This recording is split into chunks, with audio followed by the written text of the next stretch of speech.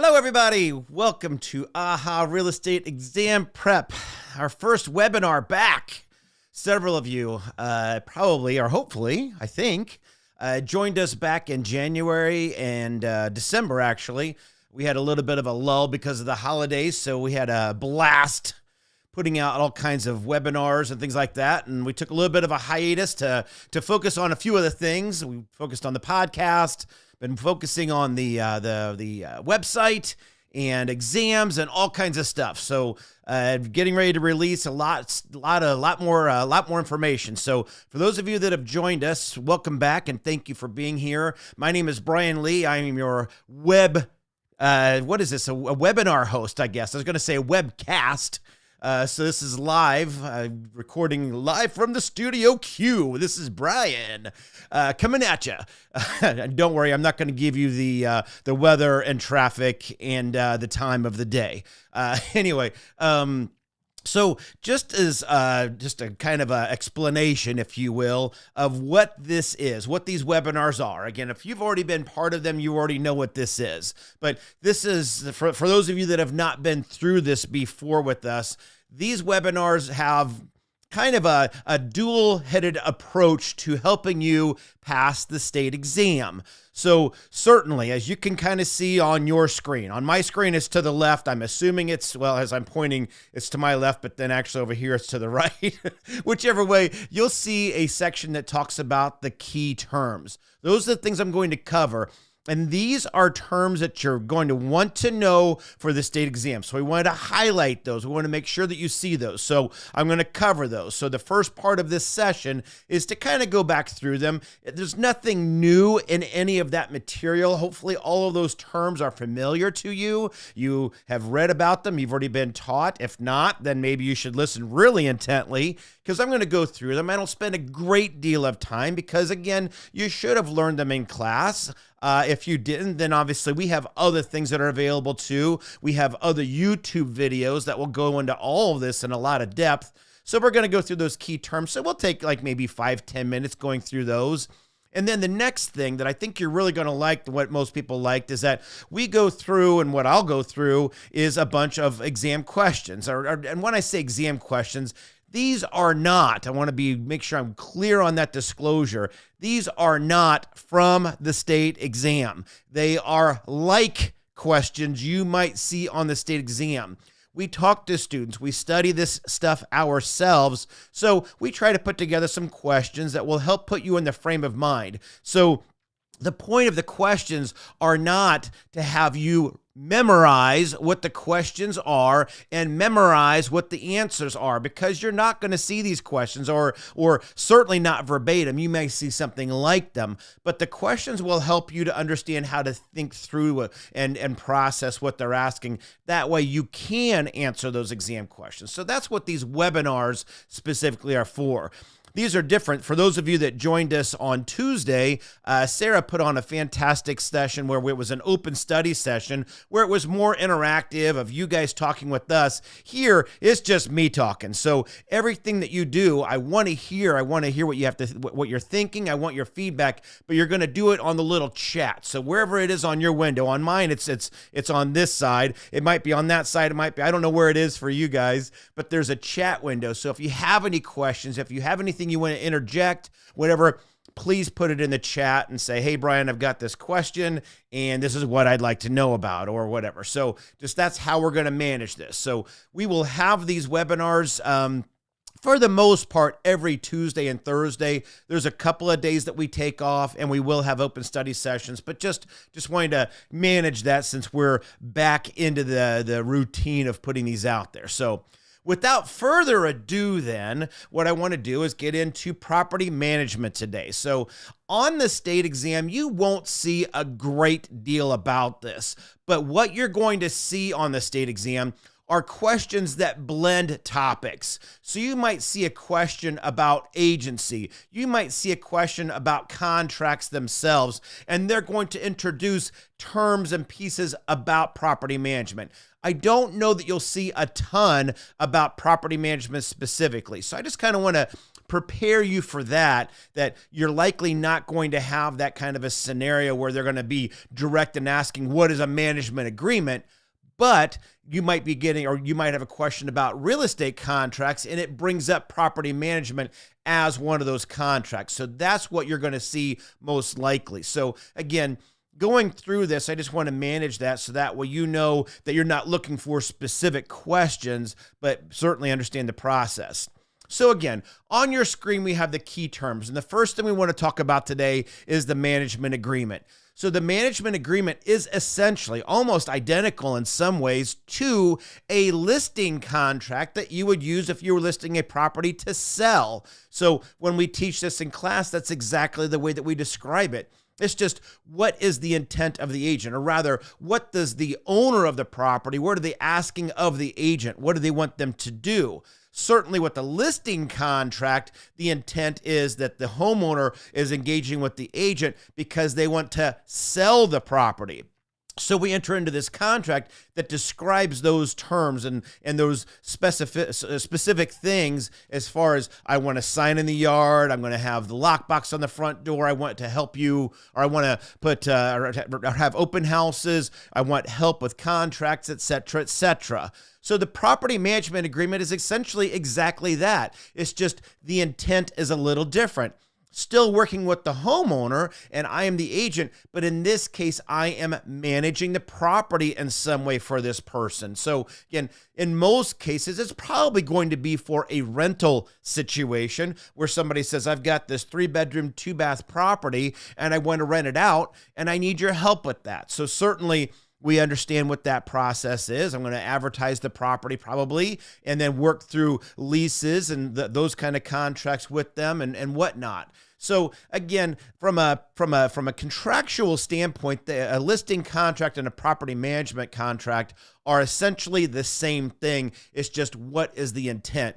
Which is the next piece that I wanted to get into, and that is to make sure that you have excellent communication. Make sure that you're clear in what the owner of the property wants.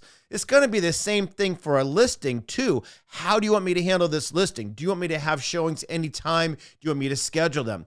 If you're a property manager, how do you want me to manage your property? I need specifics. I need the details. I don't want you to just tell me that I'm managing it. That doesn't tell me enough. Am I picking tenants? If I'm picking tenants, what criteria am I using? Am I collecting rent? Am I paying bills? Am I repairing this thing? I need the deets, people. That's what we're saying here. So make sure your management contract has all those things. But again, it's just an employment contract that says that I have the right as the agent to do some stuff for you, and we just need to be clear on what that is. The next couple of things we get into in the key terms is setting rental rates. So setting rental rates is pretty straightforward and easy, but just in case you see any questions about it, most of this makes sense, but just make sure that you're understanding that if you're a landowner or a property owner or the property manager that's determining this, that we're trying to come up with a rental rate that is obviously profitable and getting the most amount of money, but also not pricing myself out of the market. So a couple of ways that you might see that this happens. First one is that I'm going to look at what other properties are renting for. That's going to be a big deal. So that's not to say that's what I'm going to rent mine for, because certainly I'm going to look to see, is my property better? Does it have more amenities? Maybe I have a pool and there's an apartment complex across the street that's renting it for, $2,000 a month. But they don't have the pool, so maybe I'd want to rent mine higher. But still, I want to see what the competition is doing. What are other properties around me? What are they renting for? And then I can make a better comparison to what I have. Maybe my property isn't as nice. Maybe it's a little bit, disorganized, or maybe it's an older property. Or again, maybe mine has some things that the other one does not. I have a gym, I have a clubhouse, I have a pool. Those would affect that. But I'm still looking to see what everybody else around me is doing. The other big thing we pay attention to, and this is actually something that we do very legitimately in the real world, is to look at vacancy rates. And man, when we're talking about commercial property specifically, in today's world, this has been a big issue. In residential, we don't have any problem with vacancy. Right now in today's world, I'm recording this in 2022, there has not been any issue, at least not locally, with renting residential property. There's almost the demand is so high, there's almost there's no vacancy or very little vacancy. But still, there have been times where vacancy was a concern. So the way that I look at it is this. So I'm just kind of working through this, conceptually. But imagine that you have a 100-unit apartment complex. And in that complex, excuse me, my computer just messed up. There we go. Sorry about that. All right. Imagine that I have that 100-unit apartment complex, and out of those 100 units, 80 of them are rented. So I have 20 of them that are vacant. That's a 20% vacancy.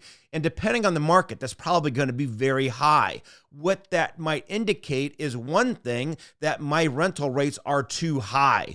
It could also mean that the management isn't good. It could mean that the property isn't nice. There are other things, but I'm certainly going to pay attention to that demand, that the demand is probably low. So vacancy is very high.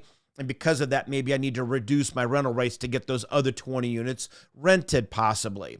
The adverse side of that, or the converse side of that, is that I have that 100-unit apartment complex, and I have all of them rented, and I've got 20 people in line that want to rent from me. So I have 120 tenants that want to rent from me, and I only have 100 units.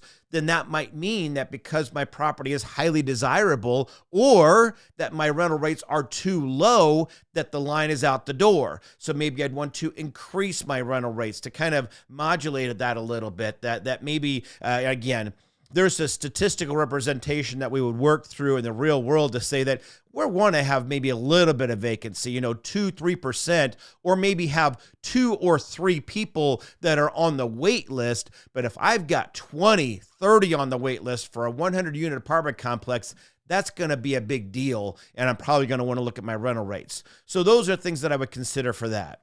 The next thing is going to be selecting tenants. So certainly now that we've found some tenants, how are we going to select them? We want to be very cognizant, because again, this is where this topic of property management blends with fair housing. I need to make sure as an agent that I am not violating any fair housing. So when I'm selecting tenants, it's not based upon a protected class, that because you have a service animal, because you are of a certain ethnicity, because you are from a different country, because you have a color of skin that maybe I don't like because I'm a bigoted jerk, and that's why I choose that. I cannot do those things. But I can select tenants based upon economic characteristics, such as your income level. I can look at your credit scores. To some degree, I can consider criminal background. I can look at past rental situations. I can look at your current job or employment situation. Those things are irreverent of who you are as a person as far as the fair housing issues. These are all economic things that I'm looking at, and certainly I can choose a tenant based upon that.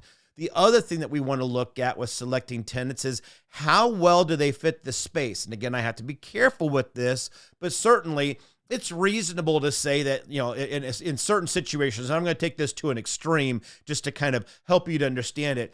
Every jurisdiction will have a different rule on this, but let's say that I have a 3-bedroom property that I'm renting out, and I've got a potential tenant that wants to rent from me, and there are 20 people that are going to move in this space.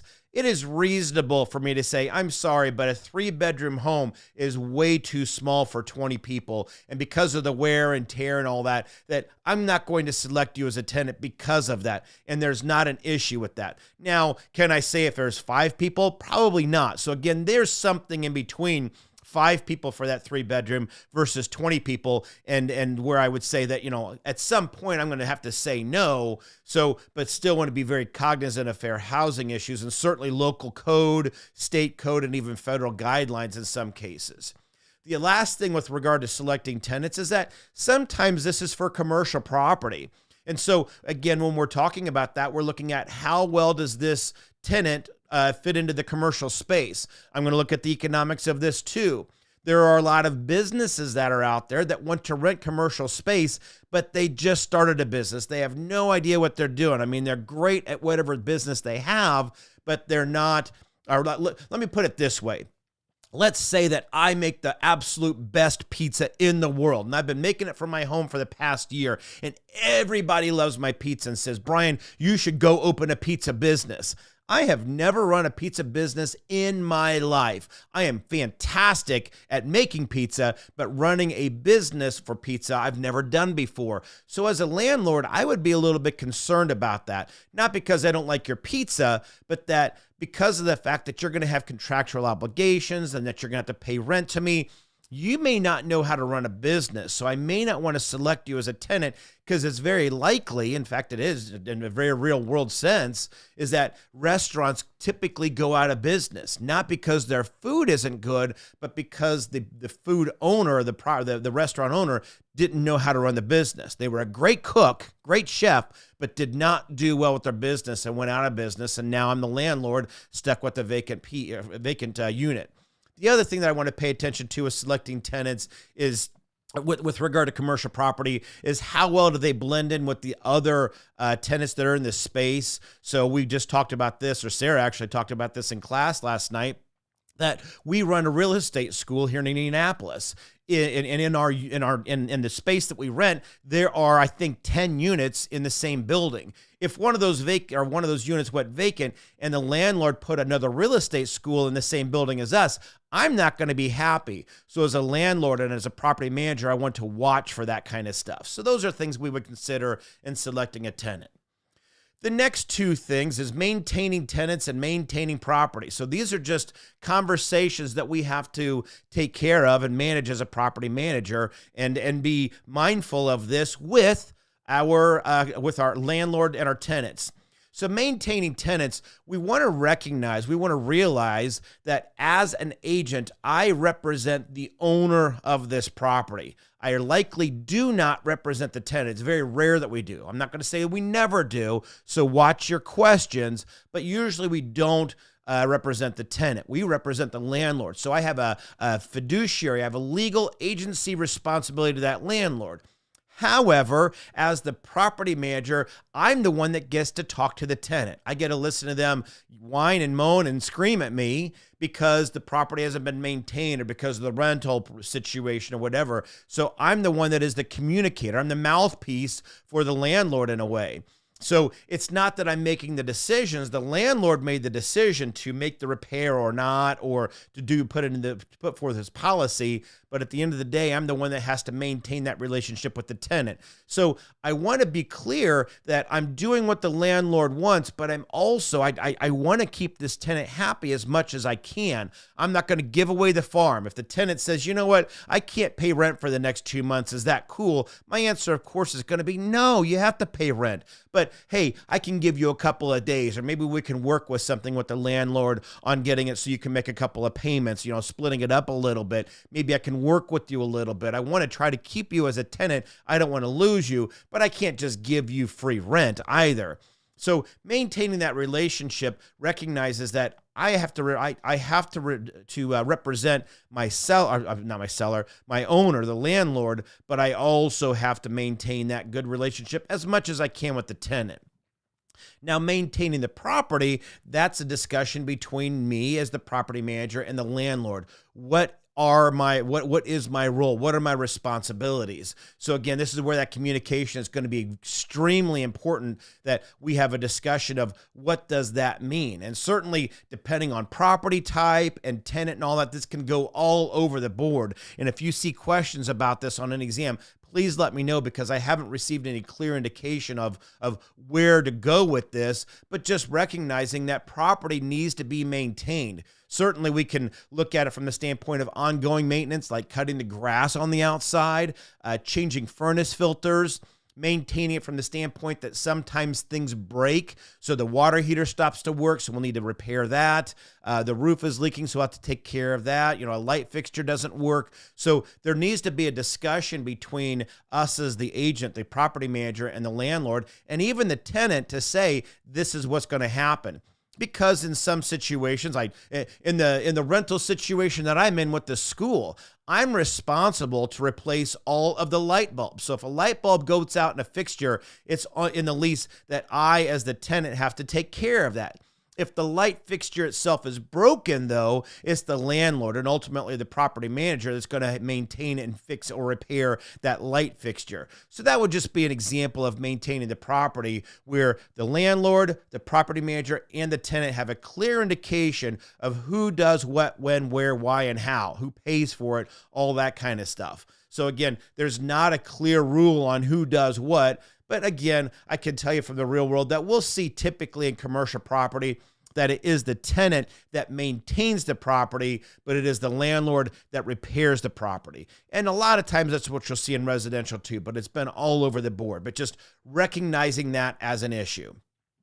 The last thing that we want to cover today on key terms is the risk management situation. So as any property owner and property manager, we're going to be cognizant of the fact that there are things that I want to be mindful of in the regard to risk. Certainly risk to the property, but also risk to the tenants. So because I'm the property manager and I probably have eyes on this property more often than the landlord, I need to be mindful of things that could cause issues. So there's all kinds of things that I can do. Certainly, I want to look for those things that could hurt people, that could physically harm them, whether it's a cracked sidewalk or a sinkhole in a yard. I know Sarah in class last night talked about a swimming pool at an apartment complex. Is there a fence? Is there a lifeguard? So I'm looking for those risk factors. And then how am I managing it? Certainly, in some cases, I'm going to try to avoid it altogether. I'm going to try to fix it. If the concrete's broken and it's a trip hazard, I'm just going to tear out that concrete, put new concrete in. But it's kind of expensive to do that, so I might want to consider something else. I might say that a pool is very risky, so I'm going to fill that pool with concrete or rock, and I'm not going to let anybody swim in it anymore. But then I have to recognize that when I did that, now my rental rates are probably going to drop. So it's just stuff like that I'd want to pay attention to. It could be that maybe I just want to put up a warning sign. Hey, there's a trip hazard ahead. Just watch where you step, kind of a thing. Hey, we have a sign out in front of the pool that says lifeguard is not on duty between 6 p.m. and 9 a.m. the next day, something like that. That the lifeguard's only available between 9 a.m. and 6 p.m. every day on Monday through Friday or whatever it is. So we have a sign up there. But again, does that protect everything? No, but at least we've acknowledged it and tried to mitigate it a little bit.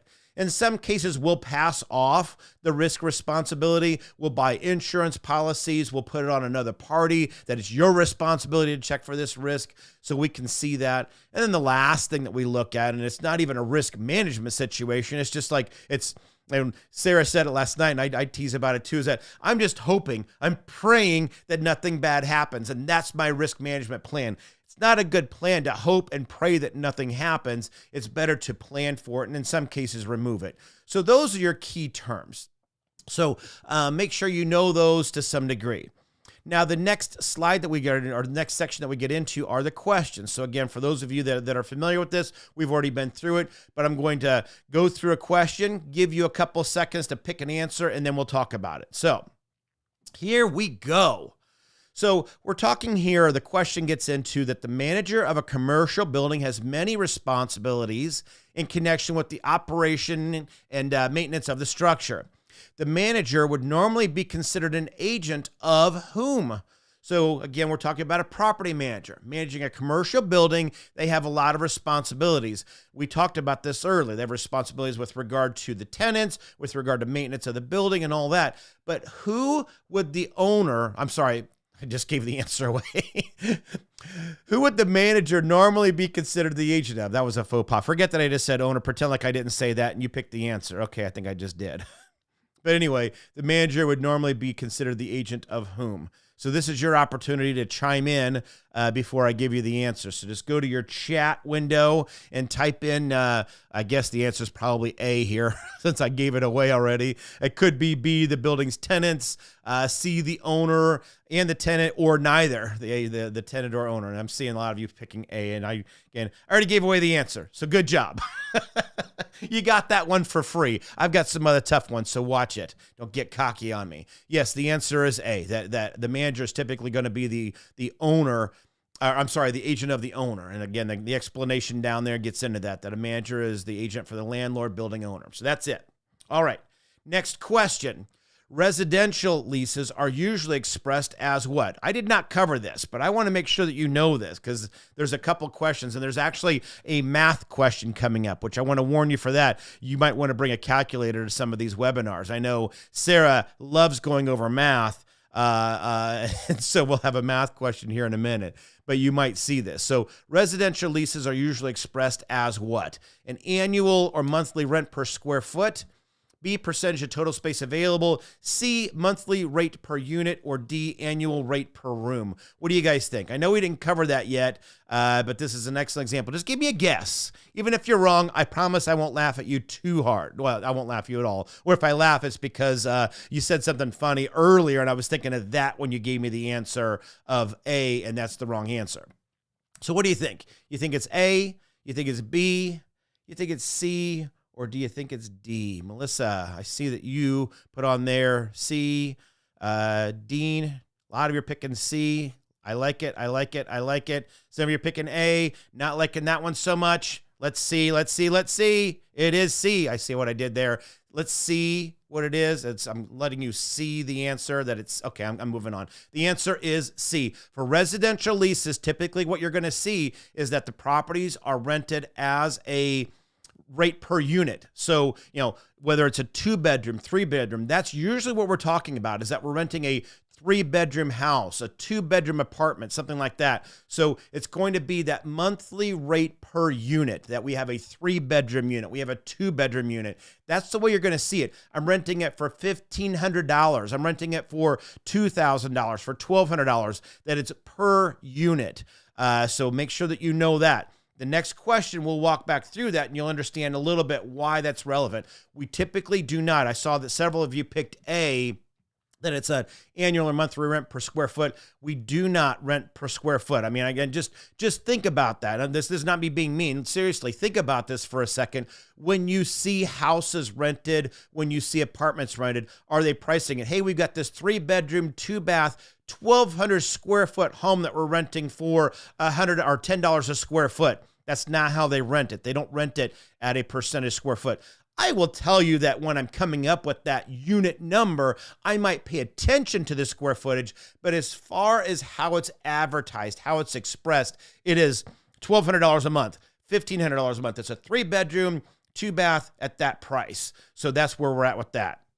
Now, the next question looks at this a different way. So now I'm going to ask you to rethink your answer from the previous one and probably pick the answer that several of you did pick that was not right on the previous question.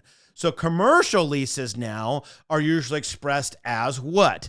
Annual or monthly rent per square foot, percentage of total space available, monthly rate per unit, or D, annual rate per room. So what do you think here? So here on this one's a little bit different. Yeah, it looks like a lot of you are getting this one. The answer is correct. It is in fact A. Good job, guys. So that is correct. Commercial space is very commonly expressed as a rent per square foot. The reason they do that, again, just think about it. Even if you're not grasping it, think about it from this standpoint, that if you're renting commercial space, I'm not going to rent it by the room because, I'll use me as an example. I run a real estate school. I need one big room for my school. I don't need 5 or 6 offices in there. So I'm looking at the square footage. I need 1,200 square foot. I need 1,500 square foot of space.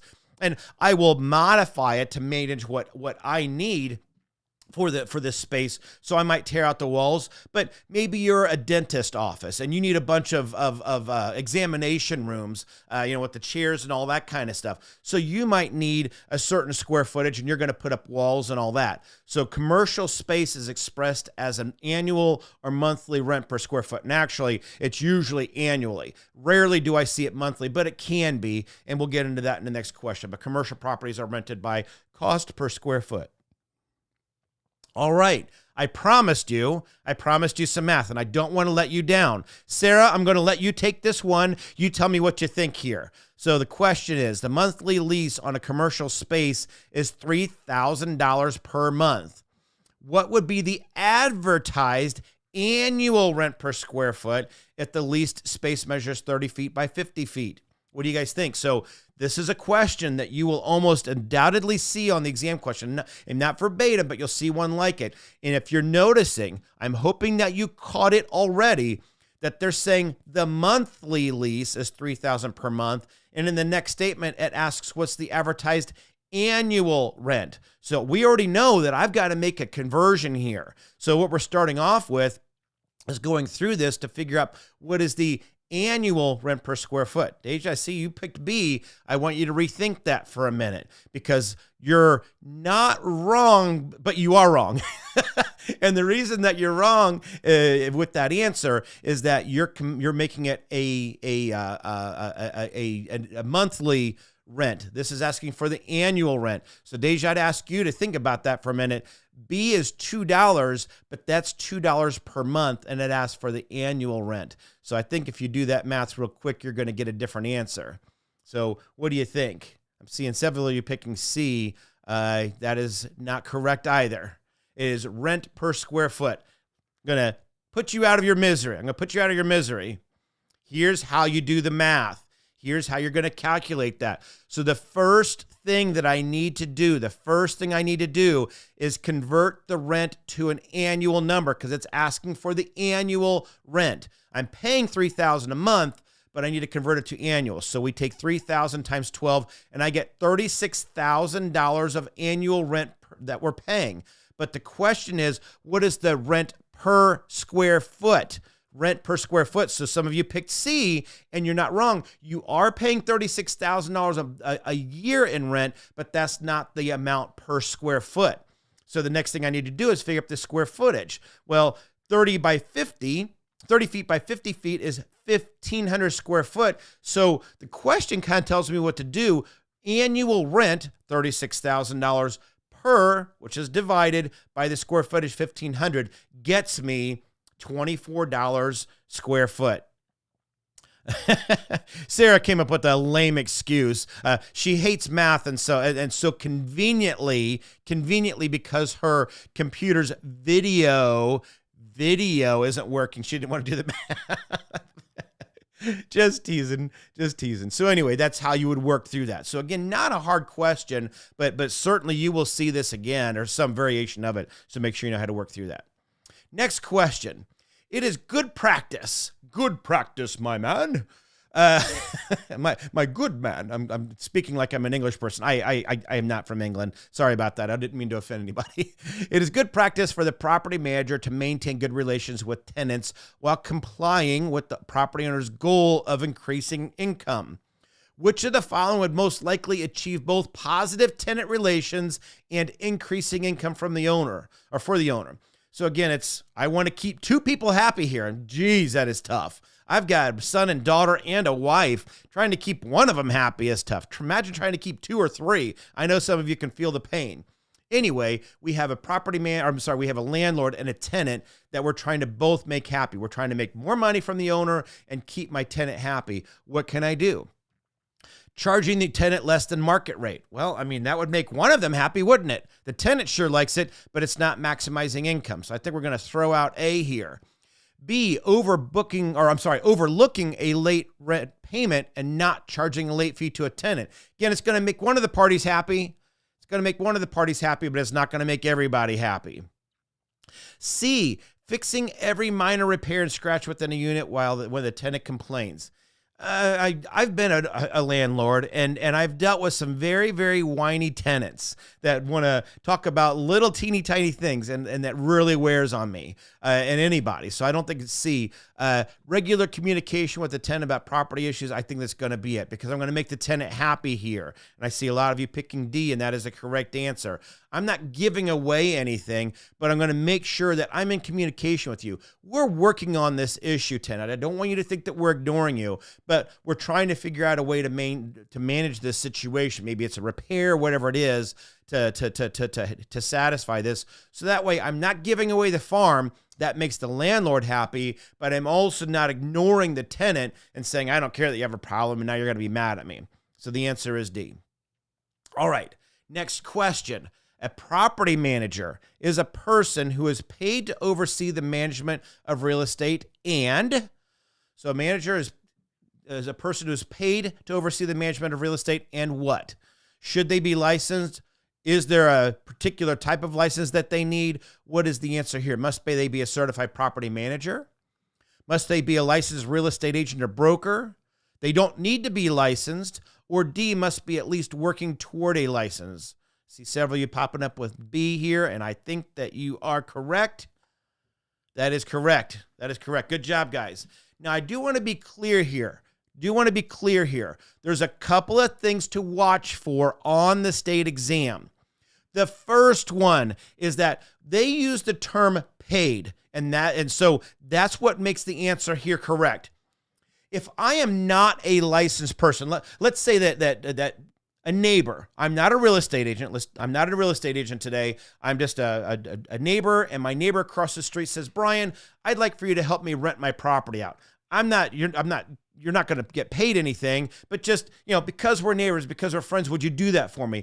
Can I do that? Yes. Do I need a license? No, I do not to do that because I'm not getting paid to do it. So again, it's that really rare situation. I can't imagine anybody doing that. I at least want you to buy me a beer or something, cut my grass. But at the end of the day, you're not paying me. So in that situation, I could manage a property for somebody else. My parents, for example, my brother, my sister, as a non-licensed agent, and still manage a property and not get paid. If I'm getting paid, though, then I have to be licensed. So the next piece I want to talk about real quick is, what does payment mean? And certainly payment is probably dollars, but payment does not have to be it. There's a term that you might see on the exam, and we've talked about this a couple of times. The term is remuneration. It's one of those like $20 words that attorneys like to throw around that are annoying.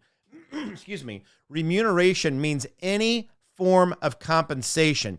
Does not only have to be money. It could be that, hey, I'm going to give you a trip to Florida if you manage my property. I'm going to give you my motorcycle if you manage my property. I'm going to gift you this other thing. So getting paid does not have to be money. It usually is. It probably is. But if I'm getting compensated in any way, if I have any form of remuneration, then I would have to be licensed here. So just watch for that.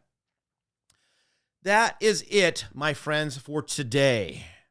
So those are several questions for you. Again, those key terms on the side, whichever side it is for you guys, make sure you know those. Make sure you can apply them to various questions. So that is what I have for you today. So hopefully you enjoyed this. We will be back next Tuesday. I think it's at 11:30 again. So we'll send out that link. Please, please, please. We're trying to get this out there to as many people as we can. So please click the like button. Please subscribe to our channel. Follow us on Facebook. Follow us on Instagram. We're doing this for free for you, and I hate to sound like I'm begging, but just as many of you know, and when you become a real estate agent, you're going to understand this too, that our word of mouth, the way the social media works, is by you spreading the word. When you comment, when you like us, when you join us, when you subscribe, you're getting this stuff for free. So help us and give, if nothing else, it gives me that daggone ego boost. I look to see, hey, look, we just got 10 more subscribers today. Look at me, I'm awesome, whatever. But anyway, at the end of the day, we just really appreciate that. So spread the word, let people know, because we do want to help more people, and we just want to make this a bigger production and have a bunch of people on here. So hopefully that helps you today. If I can do anything for you, reach out to me. You can find me at brian@ahareep.com. Our website is ahareep.com. You can get us there. Be looking for more stuff. Thanks for listening, guys. Take care and have a legendary day.